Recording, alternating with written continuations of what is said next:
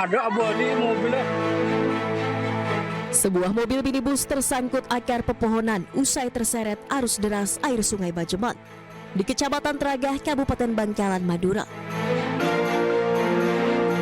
Warga setempat pun bergotong royong mengevakuasi mobil dari dalam sungai. Diketahui pengemudi mobil ini nekat menyeberangi jembatan meski sungai sedang banjir dan berarus deras. Beruntung pengemudi mobil berhasil selamat. Banjir dengan ketinggian hingga 1,5 meter masih melanda wilayah Bangkalan Selatan yang mengakibatkan sejumlah desa di 4 kecamatan terendam usai diguyur hujan deras pada Sabtu sore. Ada satu mobil carry yang tergelincir di Desa Bajeman, Kecamatan Tragah. Di wilayah mana yang paling terdampak? Sementara ini yang sudah kami himpun wilayah yang terdampak parah di Kecamatan Tragah sama Kecamatan Kuanyar. Tapi untuk sementara tidak ada korban maksud? Sementara ini masih belum ada korban. Dua bencana alam yakni banjir dan tanah longsor di Bangkalan, Madura tidak menyebabkan korban jiwa. Sesuai hasil sementara dari pendataan petugas Badan Penanggulangan Bencana Daerah atau BPBD Kabupaten Bangkalan. Dari Bangkalan, Madura, Taufik Syahrawi, iNews melaporkan. Beralih ke informasi lain, pemirsa, Ibunda Iwayan Agus Wartama, I Gusti Ayu Apriani, seorang pemuda disabilitas yang menjadi tersangka pemerkosaan mahasiswa di Nusa Tenggara Barat, menyebut pelapor menjebak Agus. Ibunda Agus juga menyebut tidak percaya Agus melakukan tindakan tersebut karena keterbatasan fisiknya.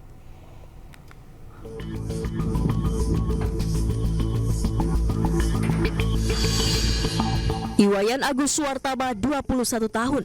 Seorang penyandang disabilitas ditetapkan sebagai tersangka pemerkosaan terhadap 2 wanita oleh Polda Nusa Tenggara Barat. Ibu kandung Agus, I Gusti Ayu Apriani, tidak percaya dengan tuduhan tersebut karena selama hidupnya Agus memiliki keterbatasan aktivitas seperti makan dan minum yang harus dibantu. Sementara untuk melepas pakaian saja Agus masih meminta pertolongan orang lain karena keterbatasan fisik. I Gusti Ayu juga menyebut bahwa pelaporlah yang membawa Agus ke tujuan yang tidak sesuai dengan permintaan Agus. Padahal Agus meminta diantar ke kampus. Susah. Ibu, kalau antara anak ibu dan juga pelapor ini apakah saling mengenal, Ibu, yang Ibu ketahui? Tidak dia kenal, Pak. Dia cuma minta tolong, mau minta diantar ke kampus, begitu. Dia baru kenal di Teras Udayana, baru pertama ketemu, dan namanya pun dia tidak tahu, Pak. Anak saya kan minta tolong biar diantar ke kampus, gitu. Tetapi bukan ke kampus, anak saya dibawa, tetapi dibawa ke homestay itu, begitu, Pak. Dia yang menggonceng anak saya, dia yang membayar hotel, homestay itu, begitu. Dia yang bukain baju, semuanya dia, Pak, begitu.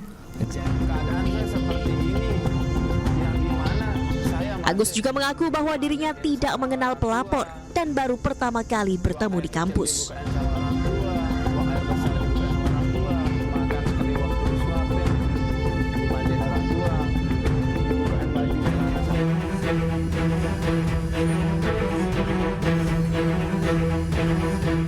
Agus mengaku hidupnya tidak sempurna. Untuk beraktivitas sehari-hari saja ia kesulitan dan harus meminta bantuan keluarga. Dalam kasus yang menjeratnya ini, Agus meminta bantuan Presiden Republik Indonesia Prabowo Subianto untuk membantunya melepaskan jerat kasus tersebut. Kan saya memperkosa, sedangkan itu saya kayak gini tidak bisa ngapa-ngapain, buka celana sendiri tidak bisa, buka baju tidak bisa, gitu. Pak Presiden Prabowo yang terhormat, tolong dibantu saya karena saya terus kaget dan tidak bisa ngapa-ngapain, ini hanya bisa diam aja, gitu. Mohon bagi yang bisa bela Tiang, tolong dibela, gitu. Karena Tiang sangat kaget, Bu, benar sangat hancur, Bu, makanya Tiang sangat tidak bisa kerja, tidak bisa kuliah, tidak bisa kemana-mana, Bu. Sebelumnya, Iwayan Agus Wartama, seorang penyandang disabilitas, ditetapkan sebagai tersangka pemerkosaan terhadap 2 wanita. Menurut polisi, peristiwa terjadi di sebuah homestay di wilayah Mataram. Agus yang bertemu korban di teras Udayana mengajak korban ke lokasi kejadian. Hingga akhirnya korban diperkosa. Kan status yang bersangkutan dari saksi menjadi tersangka. Modusnya apa, Bu? Tadi saya sampaikan sebagaimana unsur pasalnya bahwa dia menggerakkan seseorang untuk mau melakukan suatu tindakan yang dia kendaki, sehingga orang kemudian tergerak. Karena kemudian ada unsur menekan suatu kondisi yang kemudian merasa takut sehingga tidak bisa kuasa untuk menolak keinginannya. Agus dijerat Undang-Undang Tindak Pidana Kekerasan Seksual dalam Pasal 6 Undang-Undang TPKS. Polisi menegaskan penetapan Agus sebagai tersangka sudah sesuai prosedur. Dari Mataram, Nusa Tenggara Barat, Harika Sidi, iNews melaporkan. Pemirsa, polisi terus mendalami motif pada kasus pembunuhan seorang ayah dan nenek yang diduga dilakukan remaja 14 tahun di Lebak Bulus, Jakarta. Sementara itu saat ini kedua jenazah korban sudah dimakamkan usai dilakukan otopsi.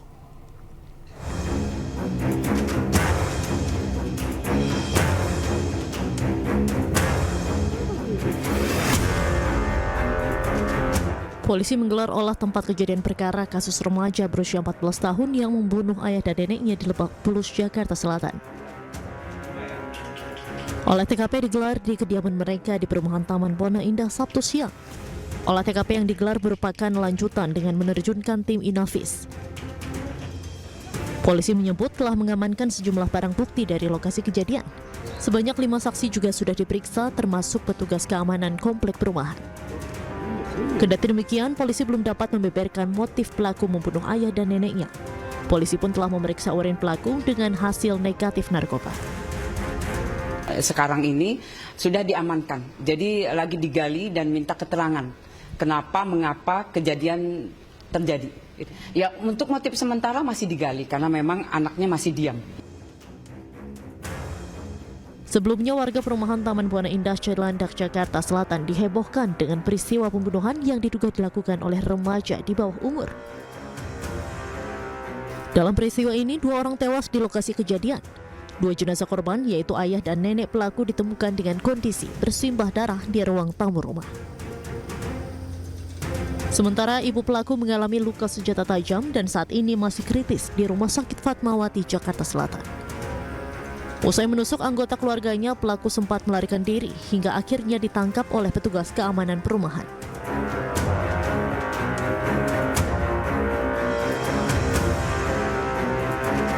Sementara itu, usai kejadian, 2 jenazah korban pembunuhan anak berusia 14 tahun yang merupakan ayah dan nenek pelaku diotopsi di Rumah Sakit Polri, Jakarta Timur. Proses otopsi kedua jenazah telah selesai dilaksanakan pada Sabtu siang. Usai proses otopsi rampung, kedua jenazah langsung dimakamkan oleh pihak keluarga. Jenazah APW, ayah pelaku, dimakamkan di pemakaman keluarga di Bogor, sedangkan RM, nenek pelaku, dimakamkan di TPU Tanah Kusir. Dari Jakarta, tim liputan iNews melaporkan. Dan untuk mengetahui situasi terkini di TKP, kami telah terhubung dengan rekan Syahreza Zanski di perumahan Taman Bona Indah, Lebak Bulus, Jakarta Selatan.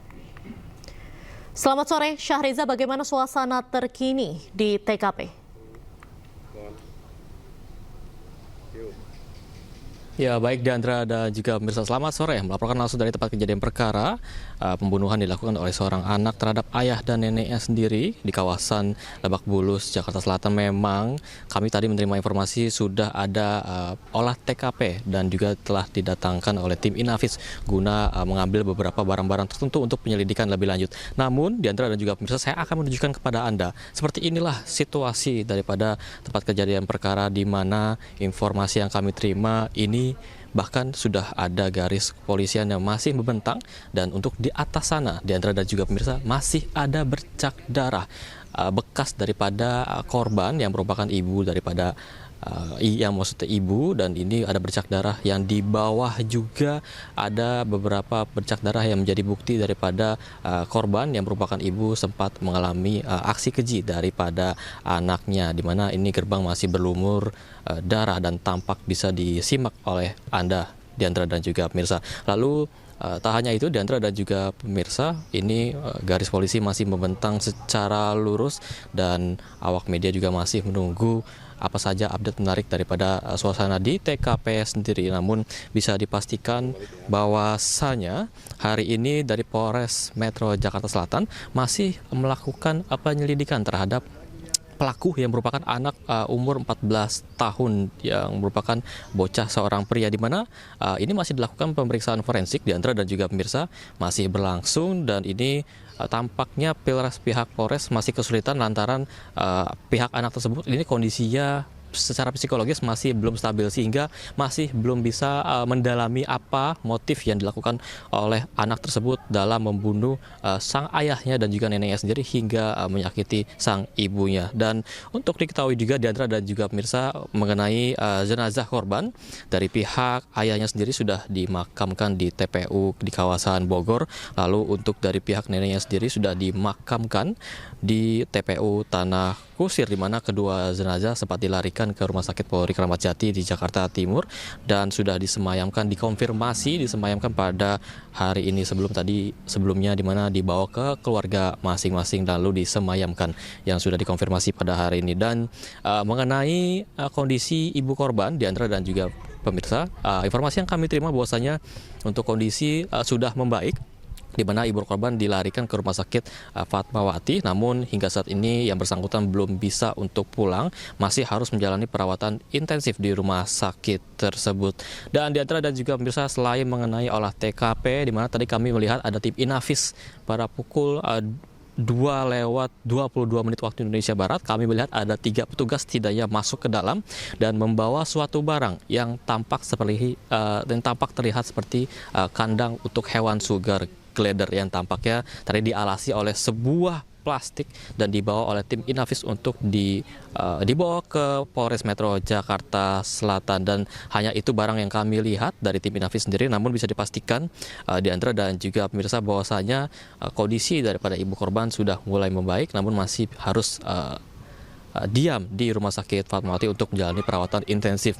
Diantara dan juga pemirsa menarik karena kasus ini dilakukan oleh anak 14 tahun di bawah umur, artinya, dan kami mendapatkan informasi soal akan mendapat pendampingan dari pihak Kementerian PPPA terhadap pelaku yang masih berusia 14 tahun ataupun bocah pria, di mana tidak hanya pelaku tersebut, ini sang ibu juga mendapat pendampingan dari Kementerian PPPA begitu. Dan itulah informasi yang bisa kami jabarkan, dan informasi terkait tim Inafis sudah dilakukan olah TKP pada pukul 2:22 waktu Indonesia Barat tadi siang tadi. Sementara itu Diandra, balik ke Anda. Baik, terima kasih banyak Syahreza Zanski atas laporan Anda. Selamat kembali bertugas. Anda masih menyaksikan Ayu Sore pemirsa. Karangan bunga berdatangan ke TKP pembunuhan ayah dan nenek oleh remaja 14 tahun di Lebak Bulus, Jakarta Selatan. Motif pembunuhan hingga kini masih didalami. Sejumlah karangan bunga ucapan duka cita berjejer di lokasi pembunuhan ayah dan nenek di perumahan Taman Bona Indah, Lebak Bulus, Cilandak, Jakarta Selatan. Tak ada aktivitas warga di sekitar lokasi, sementara TKP pembunuhan masih dipasangi garis polisi. Rumah ini ditempati oleh pelaku, yakni remaja 14 tahun berinisial MAS bersama kedua orang tua dan neneknya. MAS membunuh ayah dan neneknya, sementara ibu pelaku berhasil selamat dari upaya pembunuhan.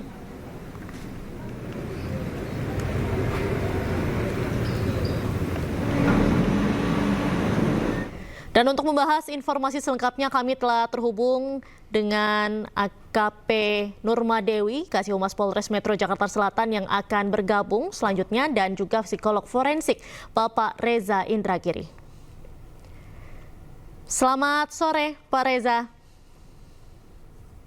Selamat sore. Baik, Pak Reza, kalau kita melihat kasus pembunuhan ayah dan nenek oleh seorang remaja 14 tahun ini, apa sebetulnya kemungkinan motif yang bisa mendorong seorang remaja berusia 14 tahun ini melakukan tindakan se-ekstrim ini, Pak? Kalau motif kejahatan secara umum hanya dua, yaitu motif emosional atau motif instrumental. Motif emosional berarti bagaimana seorang pelaku menjadikan aksi pidana atau aksi kejahatannya sebagai cara untuk meluapkan emosi tertentu. lazimnya emosi negatif, marah, benci, sakit hati, dendam, dan seterusnya. Sementara motif instrumental adalah motif yang mendorong pelaku untuk melakukan aksi kejahatan sebagai sebuah cara untuk mendapatkan manfaat tertentu, popularitas, uang, atau manfaat-manfaat lain yang tidak ada sangkut pautnya dengan suasana hati yang bersangkutan. Nah, sudah barang tentu perbincangan tentang motif ini barulah relevan kalau kita asumsikan bahwa pelaku pidana termasuk anak yang berkonflik dengan hukum melakukan aksinya dalam kondisi yang sehat, waras, normal, atau sejenisnya. Tapi sebaliknya, kalau dianggap atau diasumsikan bahwa pelaku memiliki kondisi-kondisi kejiwaan khusus yang sederhananya disebut sebagai gangguan kewarasan, maka sudah barang tentu perbincangan tentang motif tidak lagi relevan. Oleh karena itu, ketimbang semata-mata berbicara tentang motif, menurut saya akan lebih jitu, akan lebih bermanfaat sekiranya dilakukan pemeriksaan terhadap baik itu terkait dengan misalnya ada tidaknya riwayat penyalahgunaan narkoba, termasuk kondisi kejiwaan yang sifatnya abnormal, kemudian dilakukan pula pemeriksaan terhadap fantasi kekerasan yang bersangkutan, pola berekspresi amarah, kestabilan pendidikan, dan juga relasi sosial, baik dengan teman-teman maupun dengan keluarga atau orang tua si anak itu sendiri. Baik. Sebelumnya kan juga beredar informasi Pak bahwa anak ini cerdas, 14 tahun bahkan sudah SMA, kemudian juga ia merupakan anak tunggal. Apakah ada kemungkinan bahwa tindakan ini juga dipicu oleh adanya tekanan dari orang tua terkait dengan pencapaian atau prestasi anak? Tadi saya katakan salah satu hal yang diperiksa adalah bagaimana relasi antara anak dengan keluarga, khusus anak dengan orang tuanya. Riset pun memang menunjukkan bahwa dari sekian banyak faktor resiko yang acap kali melatar belakangi anak melakukan pidana, dua yang paling mengemuka, dua yang paling dominan adalah terkait dengan relasi pertemanan yang katakanlah salah, dan juga relasi dengan keluarga, khususnya orang tua yang tidak begitu harmonis. Nah, kalau disepakati bahwa dua hasil penelitian ini juga berlaku atau relevan pada kasus yang sedang kita perbincangkan, maka memang masuk akal kalau kemudian muncul spekulasi bahwa jangan-jangan anak itu berbuat sedemikian brutal, jangan-jangan didahului oleh adanya konflik hebat antara yang bersangkutan dengan keluarga atau orang tuanya. Baik. Mengingat anak ini masih di bawah umur, masih 14 tahun, apa yang harus diperhatikan dalam penanganan anak yang berhadapan dengan hukum dalam kasus seperti ini, Pak? Indonesia sudah memiliki piranti perundang-undangan yang memadai terkait hal itu. Jadi ketika anak melakukan sebuah perbuatan pidana, kepada yang bersangkutan tidak hanya dikenakan aturan hukum yang sifatnya umum, semisal KUHP, tapi juga kepada yang bersangkutan harus ditempel dengan Undang-Undang Sistem Peradilan Pidana Anak atau Undang-Undang SPPA. Nah, Undang-Undang SPPA inilah yang mengharuskan kita untuk melakukan penyikapan dan juga melakukan penerapan hukum dengan cara yang berbeda, dengan cara khusus terhadap anak, yang berbeda dengan cara ketika kita menyikapi secara hukum pelaku-pelaku dewasa. Dalam Undang-Undang SPPA misalnya, sejak awal kita sudah diwanti-wanti oleh undang-undang itu untuk menjauhkan perasaan dendam, marah, benci, sakit hati, dan seterusnya. Saya paham sulit bagi kita untuk melakukan hal itu, apalagi peristiwa ini luar biasa dramatis, tapi apa boleh buat, peraturan perundang-undangan yaitu Undang-Undang SPPA mengharuskan kita untuk menjauhkan perasaan-perasaan negatif sedemikian rupa. Ditambah lagi dengan adanya perlakuan istimewa bahwa sekeji apapun, sekejam apapun, sebrutal apapun, sejahat apapun tindak pidana yang dilakukan oleh seorang anak, ancaman hukumannya secara normatif adalah maksimal 10 tahun. Baik, saat ini kita sudah bergabung dengan AKP Nurma Dewi, yaitu Kasih Humas Polres Jakarta Selatan. Selamat sore, Bu Nurma. Halo, selamat sore. Mohon maaf, tadi ada kendala.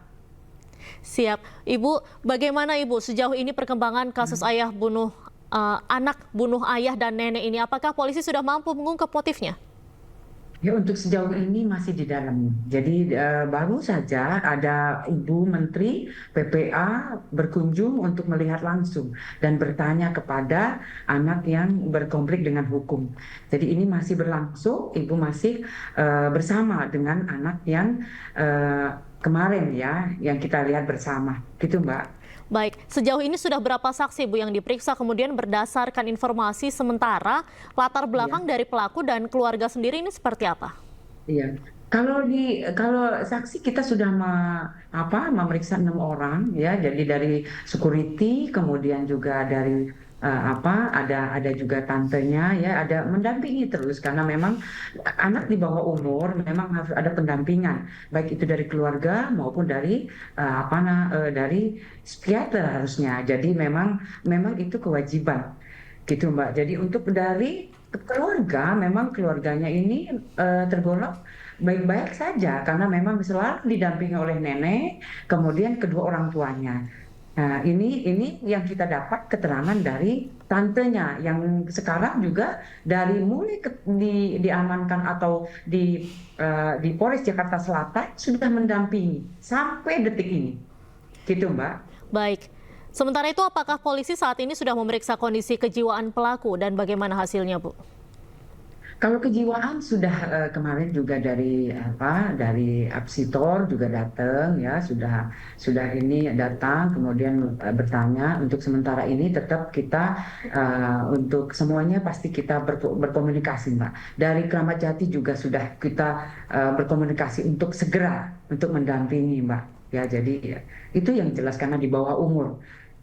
Nah, mengingat anak ini kan masih di bawah umur, Bu, masih 14 tahun. Bagaimana selanjutnya proses hukum yang akan dijalani begitu?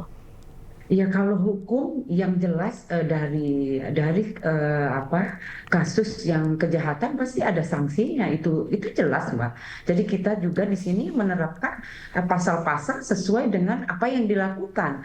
Namun demikian tetap kita mengacu bahwa anak di bawah umur. Ya, kemana kita selalu berbicara anak yang berkonflik dengan hukum karena memang anak-anak memang masih labil, kemudian juga sudah diatur dalam undang-undang, jelas di undang-undang nomor 11 tahun 2012 kan gitu. Jadi peradilan nanti peradilan pidana anak itu gitu.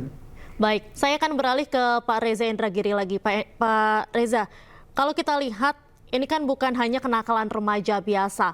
Seberapa jauh nanti pemasyarakat akan bisa memperbaiki anak ataupun mungkin bisa apa hukuman yang pantas bagi anak yang berhadapan dengan hukum, khususnya kasus seperti ini, Pak? Undang-undang sistem peradilan pidana anak, sebagaimana tadi saya sebut, memang secara normatif memuat ketentuan bahwa ancaman maksimal bagi anak yang berkonflik dengan hukum adalah 10 tahun. Tapi ada semacam preseden atau bahkan mungkin bisa disebut sebagai jurisprudensi yang pernah dihasilkan oleh Majelis Hakim di Pengadilan Negeri Penajam Pasar Utara, Kalimantan Timur. Ini kasus terjadi beberapa bulan lalu. Ketika seorang anak, membantai, memperkosa, kemudian mencuri harta milik satu keluarga. Alih-alih menjatuhkan hukuman maksimal 10 tahun sebagaimana ketentuan undang-undang. Majelis Hakim pada kasus itu justru menjatuhkan hukuman 2 kali lipat, yaitu 20 tahun penjara. Barangkali putusan semacam ini akan dianggap sebagai putusan kontroversial, mengundang polemik. Tetapi majelis hakim yang mengambil hukuman atau hukuman yang jauh lebih berat daripada ketentuan perundang-undangan. Di antaranya adalah bagaimana hakim mencoba untuk memenuhi atau paling tidak mendekatkan putusan itu dengan ekspektasi korban. Dan juga bagaimana hakim mencoba menghayati ketakutan, kesedihan, kegelisahan, dan perasaan-perasaan negatif lainnya yang dialami oleh masyarakat setempat. Nah, ketika hakim mencoba untuk menghayati betapa kejamnya perbuatan seorang anak, betapa menakutkannya anak di mata masyarakat, dan betapa korban mengharapkan adanya hukuman yang setimpal bagi pelaku, maka tidak tertutup kemungkinan bahwa pada kasus ini pun Majelis Hakim atau Hakim Tunggal bisa saja akan menjadikan putusan di Pengadilan Negeri Penajam itu sebagai sebuah jurisprudensi untuk juga menjatuhkan hukuman lebih dari 10 tahun kepada anak yang berkonflik dengan hukum itu. Baik. Terakhir mungkin saya mau ke Bu Nurma lagi. Bu Nurma, tadi kan dikatakan oleh Pak Reza Indragiri bahwa dimungkinkan begitu dengan adanya jurisprudensi bahwa anak yang berkonflik dengan hukum seperti kasus ini begitu, ini bisa diperberat hukumannya. Memang dimungkinkan begitu ya Bu ya? Bu Nurma, mohon izin boleh di-unmute terlebih dahulu. Aduh, ya mohon maaf. Jadi kalau kita lihat kasus ya, jadi dia berapa kali, biasanya kita berulang. Itu yang berulang itu memang tingkatannya jelas. Karena memang dari segi hukum kita bisa berlapis. Nah itu yang bisa, yang Pak Reza bilang. Jadi bisa lebih dari yang ditentukan hukumannya. Itu Mbak. Jadi dia berlapis, misalnya dia sekali melakukan, kemudian mungkin dari umur sekian dia melakukan lagi. Nah itu kan berulang.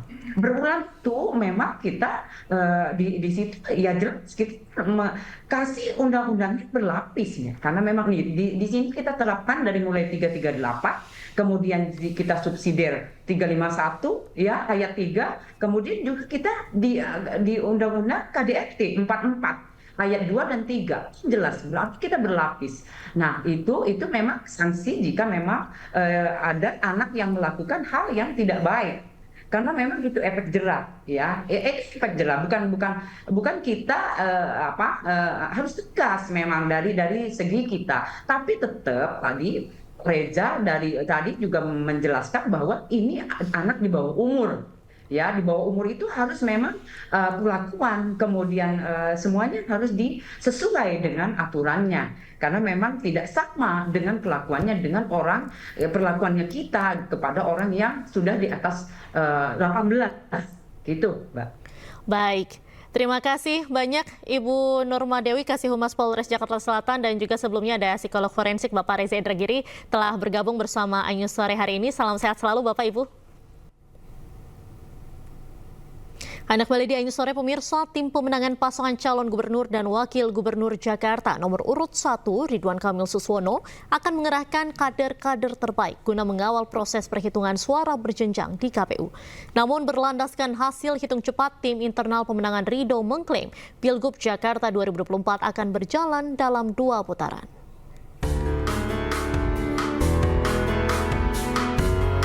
Memastikan proses rekapitulasi berjalan dengan adil dan transparan, tim pemenangan pasangan Cagup dan Cawagup Ridwan Kamil Suswono mempersiapkan tim guna mengawal dan mengawasi proses rekapitulasi di 44 kecamatan Jakarta.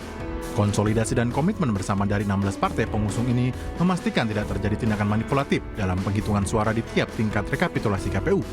Pernyataan ini disampaikan Sekretaris Tim Pemenangan Pasangan Cagup Cawagup Jakarta nomor urut 1 Ridwan Kamil Suswono di kantor pemenangan Ridho, Cikini, Jakarta Pusat. Sudah menyusun kekompakan konsolidasi gabungan 16 partai sedang mempersiapkan kader-kader terbaiknya untuk mengikuti proses rekapitulasi yang ada di 44 kecamatan yang ada di DKI Jakarta. Kami akan gunakan semua kekuatan dan kemampuan kami untuk menjaga baik-baik. Jangan sampai ada pergerakan-pergerakan atau tindakan-tindakan manipulatif yang terjadi di perhitungan tingkat kecamatan. Meski mengklaim Pilgub Jakarta 2024 akan berjalan dalam 2 putaran berdasarkan hasil hitung cepat internal, namun tim pemenangan Ridho tetap menunggu hasil resmi penghitungan manual KPU, serta menghormati semua proses dan mekanisme yang sedang berjalan di KPUD DKI Jakarta. Dari Jakarta, Hendri Aprila Seto Pratomo, Leman, iNews melaporkan. Sementara itu pemirsa, tim pemenangan Pramono Rano juga memantau langsung rekapitulasi suara pemilihan Gubernur Jakarta di Kecamatan Taman Sari, Jakarta Barat. Pihaknya memastikan Pramono Anung Rano Karno menang 1 putaran dalam Pilkada Jakarta 2024. Tim pemenangan pasangan calon gubernur dan wakil gubernur Pramono Rano meyakini Pilkada Jakarta hanya akan berlangsung 1 putaran saat setelah melihat perolehan suara yang didapat paslon nomor urut 3 di atas 50%. Untuk memastikan kemenangan tersebut, pihaknya menyebarkan tim memantau langsung hasil rekapitulasi Pilkada Jakarta 2024, salah satunya di Kecamatan Taman Sari, Jakarta Barat. Bendahara tim pemenangan Pramono Rano, Charles Honoris, menyebutkan pihaknya tak masalah adanya klaim oleh pasangan lain yang mendengungkan Pilgub Jakarta 2 putaran. Charles juga meyakini bahwa pilkada selesai 1 putaran berdasarkan tabulasi data C1 yang dikumpulkan internal maupun dari aplikasi sistem rekapitulasi elektronik atau Sirekap. Kalau kami, kenapa kami yakin bahwa pilkada sudah selesai, bahwa pilkada dilakukan hanya satu putaran karena kami melakukan tabulasi melalui data C1, baik yang fisik yang kami miliki maupun yang sudah di-upload oleh KPU di situs Sirekap. Nah, dasarnya apa mereka mengklaim bahwa ini akan berlangsung 2 putaran? Karena sampai saat ini saya belum mendengar atau melihat mereka mengklaim bahwa klaim 2 putaran itu berdasarkan C1 maupun C1 resmi yang di-upload oleh KPU. Diketahui pada hasil hitung cepat Pilkada Jakarta 2024, Pramono Rano telah mendeklarasikan kemenangan 1 putaran dalam Pilkada Jakarta dengan perolehan suara sebanyak 50,07%. Selain itu, tim pemenangan Ridwan Kamil Suswono memberikan narasi bahwa Pilkada Jakarta akan berlangsung 2 putaran di berbagai kesempatan. Dari Jakarta, Rian Rahman, Tri Julianti, iNews melaporkan. Pemirsa, Bank Syariah Indonesia mendorong pendalaman sektor keuangan melalui industri emas dengan meluncurkan BSI Gold. Produk emas batangan ini menjadi pilihan investasi syariah yang stabil dan menguntungkan. Bank Syariah Indonesia meluncurkan BSI Gold melalui ajang yang bertajuk Golden Legacy Celebration of Timeless Luxury yang digelar di Hotel Fairmont, Jakarta. Peluncuran BSI Gold ini sebagai langkah strategis untuk memberikan solusi investasi yang aman dan terpercaya melalui industri emas. BSI Gold merupakan logam emas batangan eksklusif berlogo BSI yang memiliki kadar karat 99% serta memperoleh rekomendasi dari Majelis Ulama Indonesia yang dapat dimiliki masyarakat melalui BSI Cicil Emas. Peluncuran BSI Gold ini juga merupakan bagian dari komitmen perseroan untuk mendorong pertumbuhan ekonomi di Indonesia melalui bisnis emas. Kita melihat bahwa tren belakangan ini, terutama masyarakat Indonesia itu lebih senang, terutama ibu-ibu lebih senang menyimpan emas daripada taruh di deposito. Karena deposito mungkin ya tingkat returnnya tidak sebesar dari kenaikan harga emas. Gitu. Nah, BSI sebagai bank syariah, kita senang karena bisnis ini bisa menjadi engine pertumbuhan kita juga di samping segmen bisnis yang lain. Harta Dinata berperan di sini adalah sebagai support untuk memproduksi BSI Gold. Jadi kami mensupport BSI, melahirkan BSI Gold dan nanti akan juga mensupport BSI untuk para nasabah yang membutuhkan atau akan membeli produk cicilan emas BSI Gold tersebut. Jadi kedepannya insya Allah ya Pak Heri, kita akan terus berkembang, terutama kami punya visi yang sama sebetulnya menjadikan emas adalah inklusif bagi seluruh masyarakat Indonesia. Siapapun boleh memiliki emas. Kerjasama antara Bank Syariah Indonesia dengan PT Harta Dinata Abadi ini memiliki komitmen untuk memajukan industri emas Indonesia serta menjadi solusi investasi yang aman dan terpercaya. Dari Jakarta, Muharlin, iNews melaporkan. Anda masih menyaksikan iNews Sore pemirsa. Presiden Prabowo Subianto resmi mengumumkan subsidi program makan bergizi untuk anak-anak dan ibu hamil. Setiap anak dan ibu hamil akan menerima bantuan senilai Rp10.000 per hari untuk meningkatkan kualitas gizi. Dengan rata-rata 3 hingga 4 anak per keluarga, bantuan ini diperkirakan mencapai Rp30.000 per hari atau Rp2,7 juta per bulan. Program ini menjadi bagian dari upaya pemerintah meningkatkan kesejahteraan buruh melalui berbagai bantuan sosial, termasuk PKH dan tunjangan lainnya. Prabowo menegaskan komitmen untuk terus meningkatkan kesejahteraan masyarakat, khususnya keluarga buruh di masa mendatang. Kalian kayaknya emang udah terlatih ya. Kembali di iNews Sore pemirsa, kali ini bersama saya Syafaati Suryo. Pemirsa, Gunung Lewotobi laki-laki pagi ini kembali erupsi. Ketinggian kolom abu mencapai 1.000 hingga 1.500 meter disertai 9 kali gempa embusan dan gemuruh keras. Warga yang berada di bawah kaki gunung diminta selalu waspada.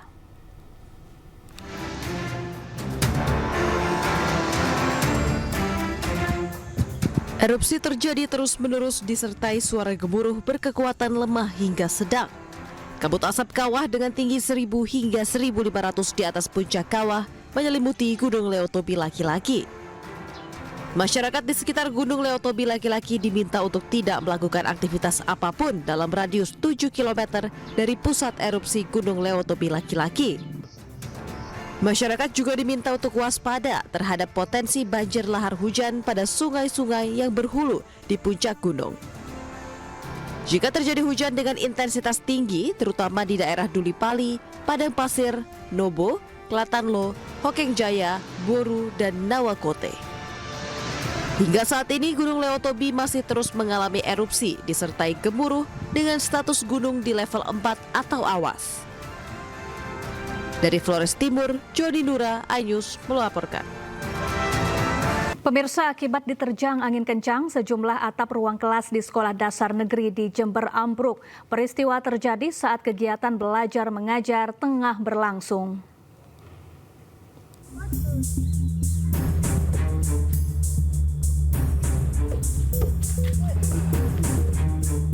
Inilah kondisi ruang kelas 3 dan kelas 4 SDN Palangan 3 Kecamatan Kalisat, Jember.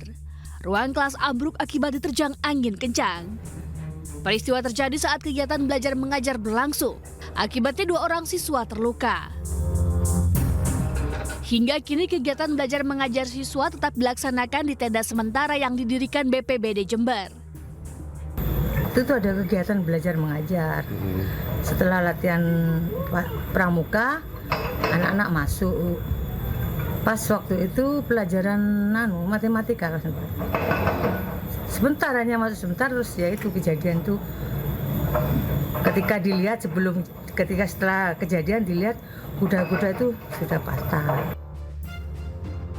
Para guru dan murid berharap agar sekolah mereka dapat segera diperbaiki dan kegiatan belajar mengajar dapat berlangsung seperti semula. Dari Jember, Jawa Timur, Bambang Sugiarto, iNews melaporkan. Anda kembali di iNews Sore, pemirsa. Sekjen PDI Perjuangan Hasto Kristianto menuding ada pihak yang mengerahkan institusi Polri untuk melakukan intervensi di Pilkada serentak 2024.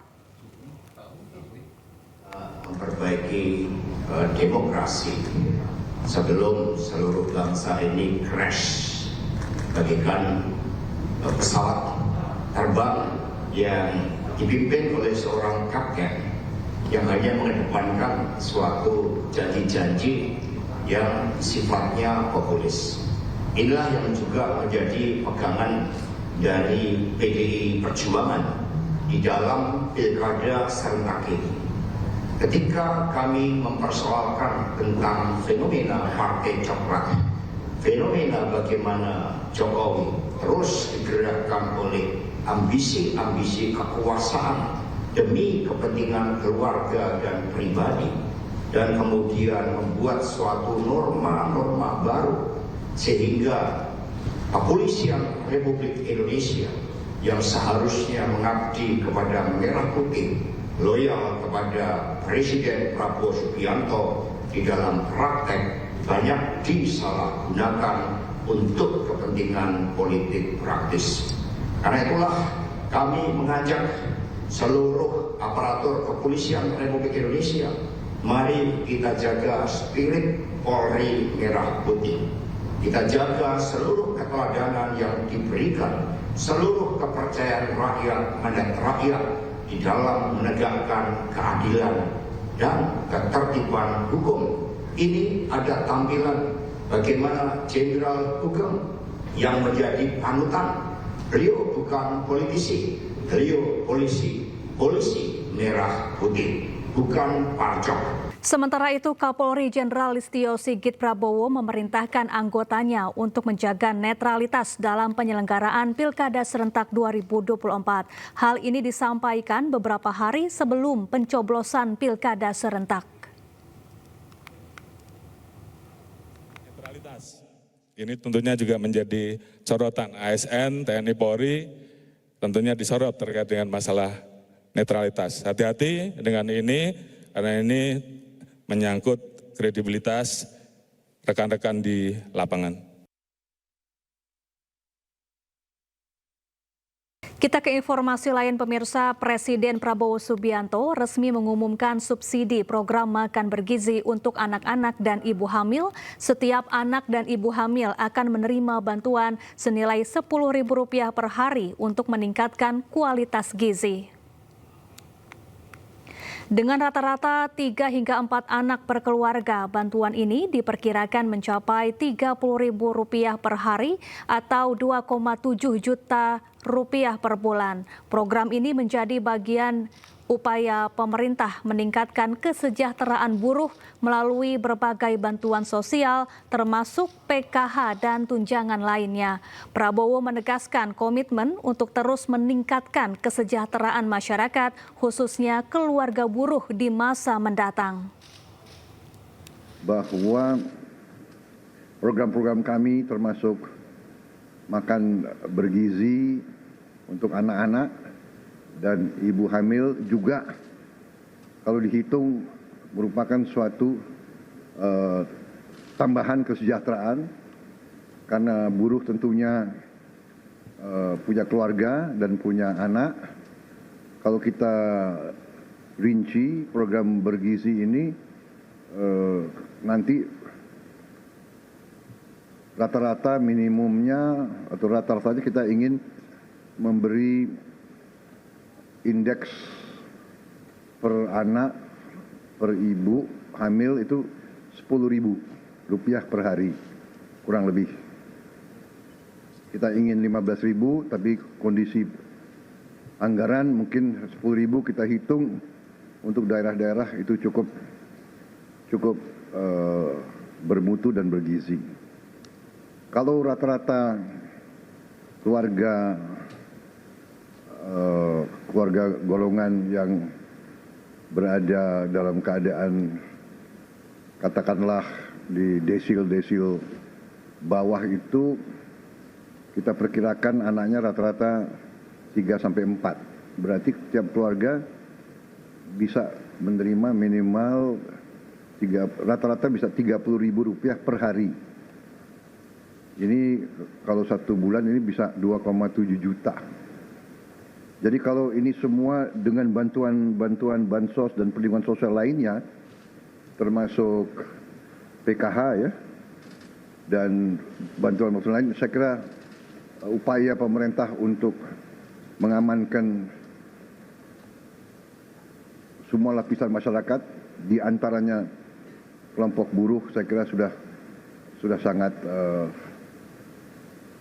maksimal pada saat ini. Tentunya kita ingin perbaiki di saat-saat mendatang. Ketua Komisi 4 DPR Siti Hediati Soeharto atau Titik Soeharto meninjau uji coba makan bergizi gratis di SMP Ali Maksum Mantri Jeron, Kota Yogyakarta. Selain untuk mencerdaskan anak bangsa, program tersebut dinilai dapat meningkatkan ekonomi rakyat.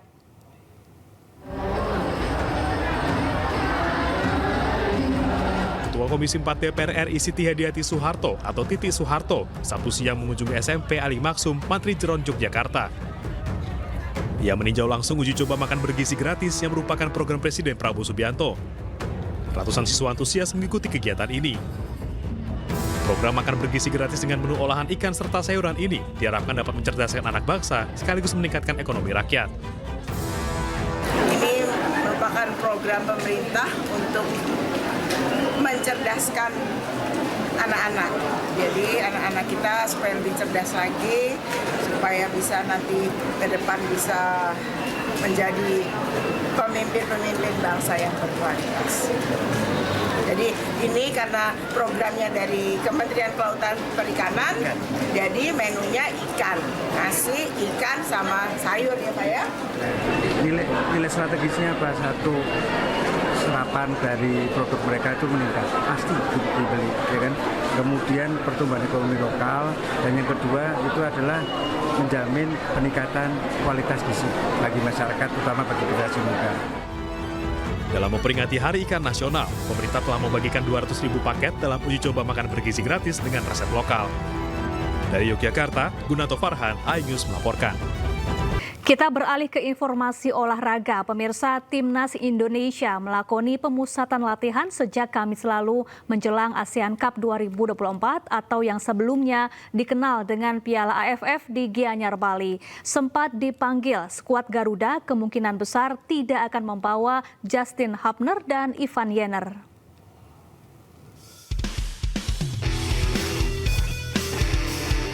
Timnas Indonesia melakoni pemusatan latihan sejak Kamis lalu menjelang ASEAN Cup 2024 atau yang sebelumnya dikenal dengan Piala AFF di Bali United Training Center di Gianyar, Bali. Pelatih Timnas Indonesia Shin Tae-yong memanggil wajah baru yang banyak dihuni pemain di bawah usia 22 tahun dari Liga 1 untuk mengikuti pemusatan latihan kali ini. Skuad Garuda juga mencoba diperkuat dengan sejumlah pemain dari klub mancanegara. Namun khusus Justin Hubner dan Ivan Jenner, mereka belum bisa mengikuti pemusatan latihan. 지금 쉽지 않은 상황이다. 바른, 아스나이, 마르셀리노 세 명은 합류할 수 있고 나머지 선수들은 지금 불확실하다. Karena beberapa pemain yang abroad memang sudah menyampaikan kemungkinan tidak bisa datang.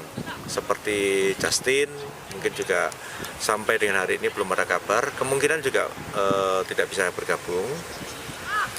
Lantas ada beberapa pemain yang seperti Ivar juga belum ada kabar sampai dengan hari ini. Saya masih tetap berkomunikasi dengan Ivar sendiri dan dengan klubnya, tetapi kemungkinan juga kecil ini Ivar. Dengan kondisi seperti ini, manajer Timnas Sumarji bersama sang pelatih Shin Tae-yong akan berdiskusi untuk membahas opsi memanggil pemain lain dalam upaya melengkapi skuad berisikan 23 pemain yang akan mengikuti ASEAN Cup 2024 yang digelar mulai 8 Desember 2024 hingga 5 Januari 2025. Dari Gianyar, Bali, Ketut Catur Kusumaningrat, iNews melaporkan. PB Popsi kembali menggelar Popsi Kejurnas Pelajar Mahasiswa 2024 yang diselenggarakan di Labewa Q Sports Kota Tangerang, Banten. Turnamen bergengsi ini menjadi ajang pembibitan generasi muda sekaligus menjaring atlet muda Indonesia demi regenerasi pada cabang olahraga biliar.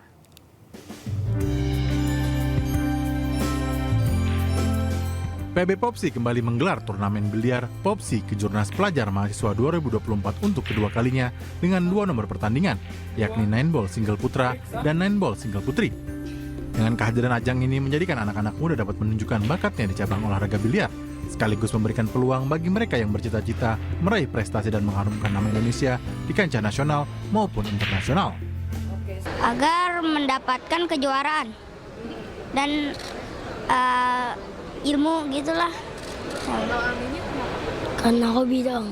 Soalnya aku kelahiran 2004, tahun depan itu terakhir untuk ikut kejurnas. Jadi hari ini aku harus ikut kejurnas untuk latihan, cari pengalaman. Turnamen yang diikuti peserta mulai dari usia 9 hingga 21 tahun ini mendapat dukungan penuh dari Ketua Umum PB Popsi, Haritanu Sudibyo, dengan harapan menjadi program pembibitan generasi muda untuk melahirkan pebiliar-pebiliar hebat tanah air demi kemajuan cabang olahraga biliar. Dan ini merupakan tentu langkah awal bagaimana kita membina generasi muda. Dan ini kejurnas kedua kalinya, karena olahraga itu harus diawali dari usia muda. Untuk kita bisa mencari kader-kader, melakukan pembibitan. Kalau dari mudanya udah hebat, tentunya nanti ke depannya bisa jauh lebih hebat kalau mereka sudah senior. Harapannya tentu dengan kegiatan ini akan ada bibit-bibit baru untuk atlet masa depan, di mana sebelumnya sudah ada Derin dan Albert yang mana juara dunia junior dan juara Indonesia Open Junior. Acara yang berlangsung dari tanggal 29 November hingga 1 Desember 2024 di Labewa Q Sport Tangerang ini memperebutkan hadiah utama berupa uang pembinaan sebesar 30 juta rupiah beserta medali Popsi Kejurnas Pelajar Mahasiswa 2024. Dari Jakarta, Aulina Iyasha Novandwi, iNews melaporkan.